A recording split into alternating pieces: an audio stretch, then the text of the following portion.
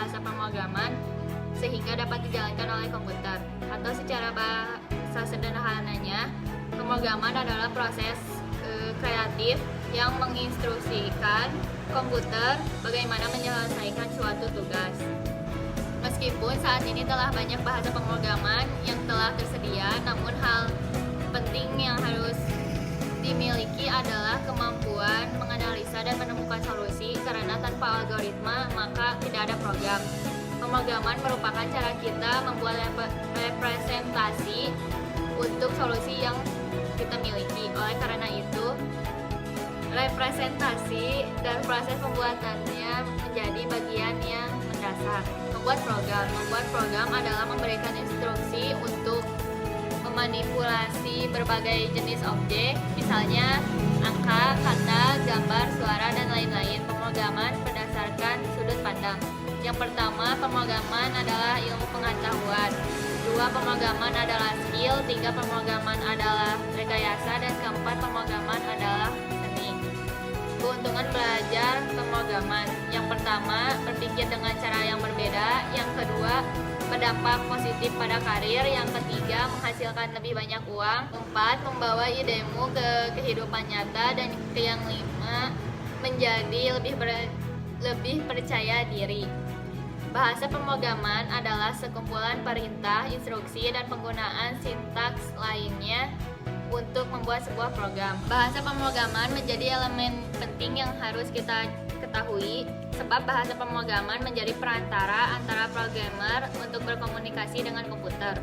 Bahasa pemrograman itu sendiri digolongkan menjadi beberapa bagian, antara lain machine language atau bahasa mesin, assembly language, dan high level language atau bahasa tingkat tinggi. Yang pertama ada machine language. Bahasa mesin adalah bahasa yang dapat dipahami oleh komputer secara langsung. Direpresentasikan dalam kode biner atau 0 dan 1. Yang kedua ada assembly language. Assembly language adalah bahasa pemrograman tingkat rendah atau low level language yang dapat digunakan oleh programmer untuk menuliskan instruksi pada komputer. Dan ada pula high level language. High level language atau bahasa tingkat tinggi adalah bahasa pemrograman yang lebih dekat ke bahasa manusia dibanding bahasa komputer, dibanding bahasa pemrograman tingkat rendah, sehingga lebih mudah dipelajari, ditulis, dan dibaca ulang. Baik high level language atau low level language perlu dikompilasi terlebih dahulu ke dalam bahasa mesin sehingga dapat dipahami oleh komputer.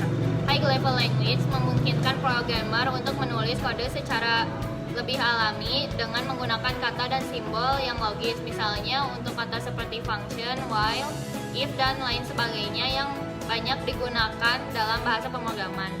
Bahasa pemrograman apa yang harus kita pelajari pertama kali?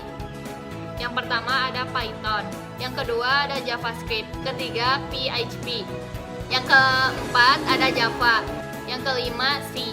Istilah programmer bisa merujuk ke spesialis di satu bidang pemrograman komputer atau secara general yang menulis kode untuk berbagai perangkat lunak.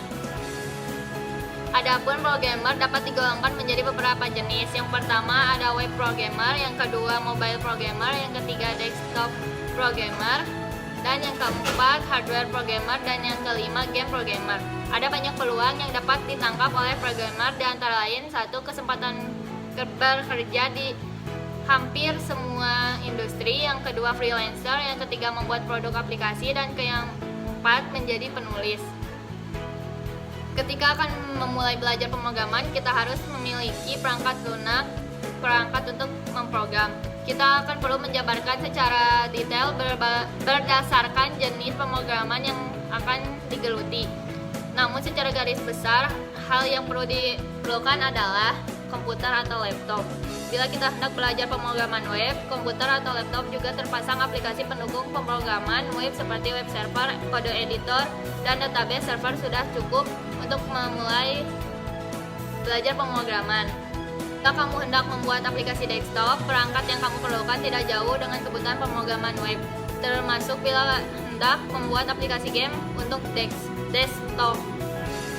Istilah-istilah umum dalam pemrograman, yang pertama ada server, yang kedua browser, yang ketiga back-end developer, yang keempat front-end developer, yang kelima full stack developer, yang keenam debug, yang ketujuh bug, yang kedelapan syntax, yang kesembilan method atau function, 10 API atau application programming interface.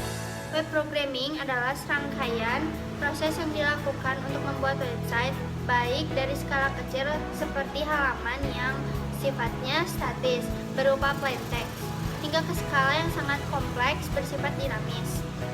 Beberapa hal mendasar yang perlu kita ketahui untuk menjadi seorang web programming adalah: yang pertama, HTML. HTML itu digunakan untuk membuat struktur atau kerangka dari halaman web. Yang kedua, ada bahasa pemrograman web. Bahasa pemrograman web digunakan untuk memproses sejumlah operasi yang diperlukan pada aplikasi web, seperti menjalankan fungsi logika, berinteraksi dengan database, dan menampilkan antarmuka yang sesuai dan sebagainya. Yang ketiga, ada web browser. Web browser adalah perangkat lunak yang berfungsi untuk menyajikan halaman website yang kita inginkan. Yang keempat, ada kode editor. Kode editor adalah perangkat lunak yang digunakan untuk menuliskan kode program. Yang kelima, ada web server. Web server adalah perangkat lunak yang digunakan untuk menjalankan aplikasi web. Yang keenam, domain. Baik di lokal maupun di jaringan internet, kita butuhkan sebagai alamat identitas aplikasi web kita. Front-end programming memiliki tugas untuk membuat layout sebuah website yang interaktif, responsif, sehingga memberikan kesan kepada user bahwa website tersebut mudah digunakan. Adapun bahasa yang digunakan untuk menjadi front-end programmer yaitu HTML, CSS, dan JavaScript. Front-end programming adalah salah satu bagian dari web programming yang mengkhususkan diri di ranah front-end saja. Back-end programming bekerja di belakang layar atau biasa disebut dengan istilah server side. Back-end biasanya terdiri dari 3 bagian. Yang pertama, aplikasi, yang kedua server, dan database. Proses back-end nyaris tidak terlihat layaknya front-end. Akan tetapi, back-end bekerja untuk memenuhi kebutuhan proses untuk ditampilkan di front-end. Mobile programming adalah proses yang dilakukan untuk membuat aplikasi berbagai jenis perangkat mobile.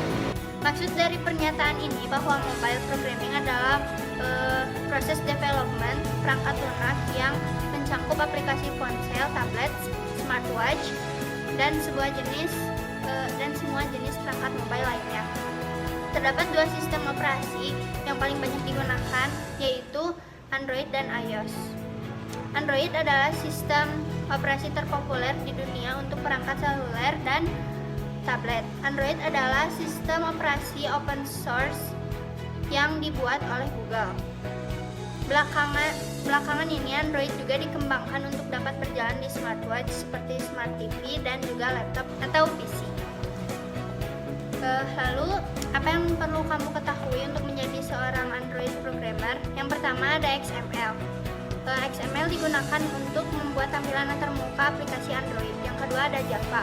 Java untuk menjadi seorang Android programmer, kamu harus terbiasa dengan bahasa programmer Java.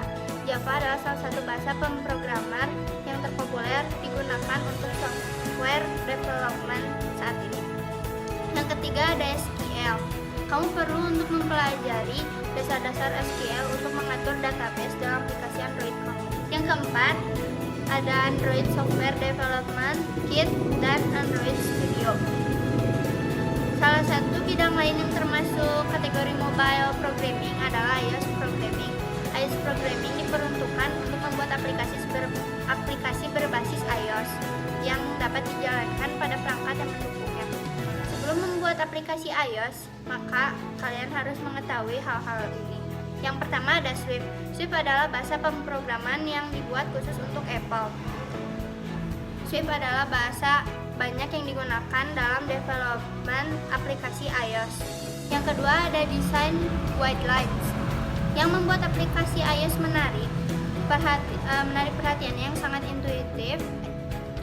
Alasannya adalah karena aplikasi ini mengikuti aturan desain yang sangat ketat tentang bagaimana data disimpan dan tampilkan kepada pengguna ditangani dengan cara yang lebih spesifik. Yang ketiga ada Xcode. Xcode adalah IDE. Untuk membuat aplikasi iOS dengan menggunakan Xcode, kamu dapat melakukan penulisan kode, program pengeditan, dan debugging untuk aplikasi iOS. Desktop programming. Aplikasi desktop adalah aplikasi yang dapat diinstal dan berjalan di komputer. Aplikasi desktop programming. Aplikasi desktop adalah aplikasi yang diinstal dan berjalan di komputer desktop atau laptop tanpa dependensi dari aplikasi lain. Lalu mengapa aplikasi berbasis desktop masih digunakan?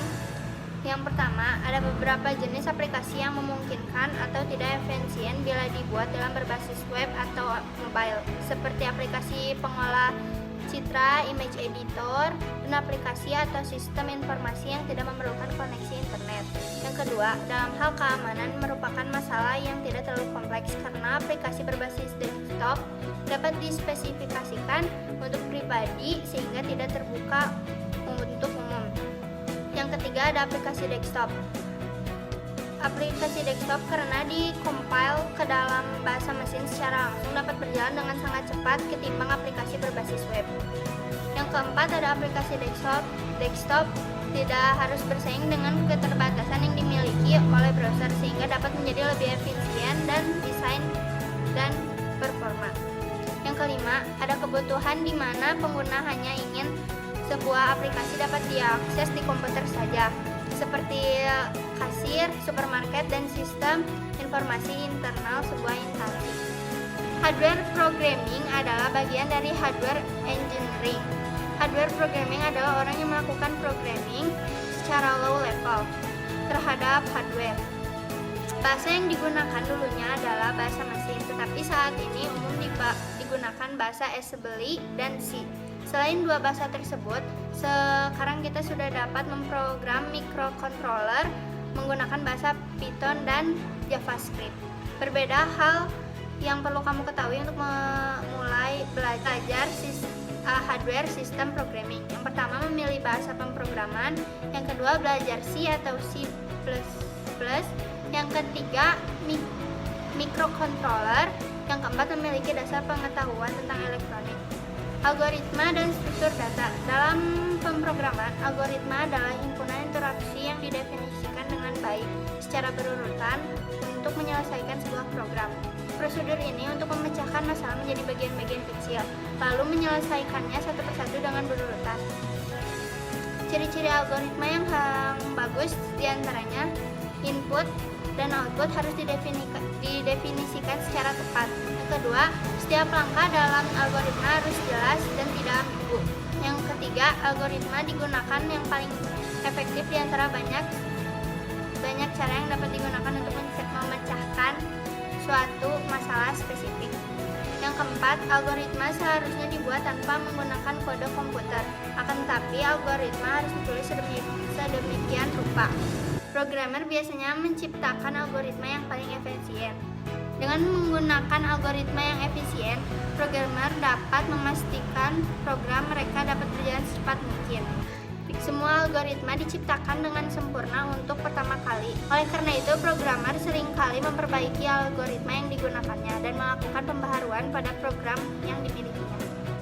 Command line interface adalah antarmuka berbasis teks yang digunakan untuk mengoperasikan perangkat lunak dan sistem operasi dengan menggunakan perintah berupa teks.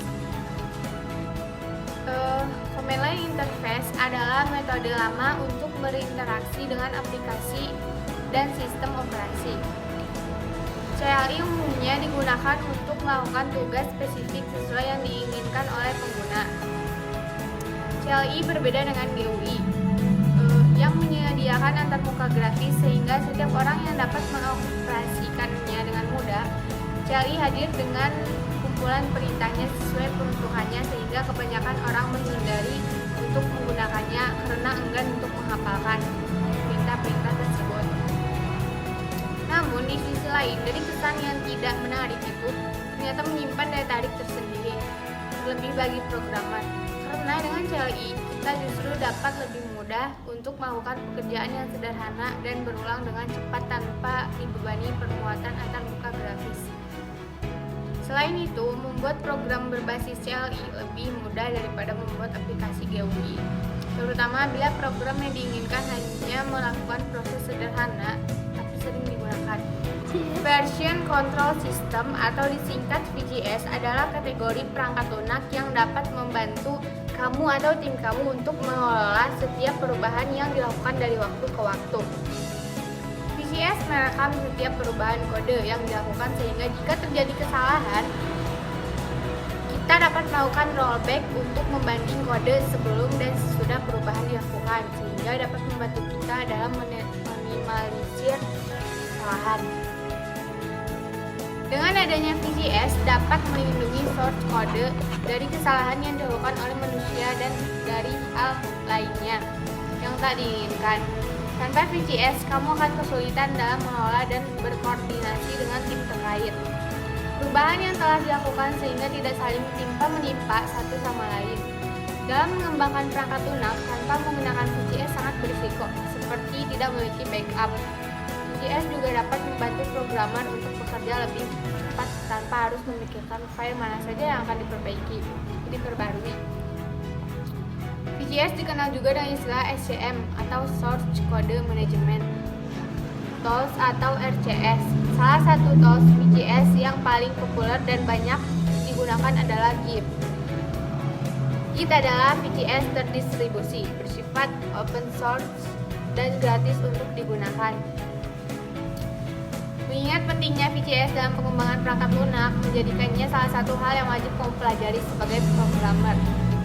Git Manager adalah perangkat lunak atau tools yang digunakan untuk proses otomatisasi, melakukan penginstalan, upgrading, konfigurasi, dan menghapus program komputer untuk sistem operasi atau library dengan tuntas dan menggunakan komen tersebut. Dalam dunia pemrograman juga terdapat berbagai macam page manager yang dapat digunakan guna menunjang proses development agar menjadi lebih cepat. Security dalam dunia teknologi adalah ide yang diterapkan untuk melindungi software dari serangan berbahaya dan risiko lainnya sehingga software tetap berfungsi sebagai mestinya. Security diperlukan untuk memberikan integritas, autentikasi, dan availability dari aplikasi kamu. Celah keamanan dapat mengancam integritas data pengguna, baik terjadi secara tidak sengaja maupun disengaja oleh orang-orang yang tidak bertanggung jawab untuk mencuri informasi, memantau konten, memanfaatkan celah lainnya, bahkan pada tingkat paling parah bisa merusak aplikasi dan data di dalamnya. Buffer overflow, command injection, SQL injection adalah beberapa istilah untuk serangan yang paling umum pada perangkat lunak. Seorang IT profesional memahami bahwa setiap jenis perangkat teknologi dan sistem operasi pasti memiliki kerentanan terhadap berbagai masalah keamanan, baik dari internal maupun eksternal.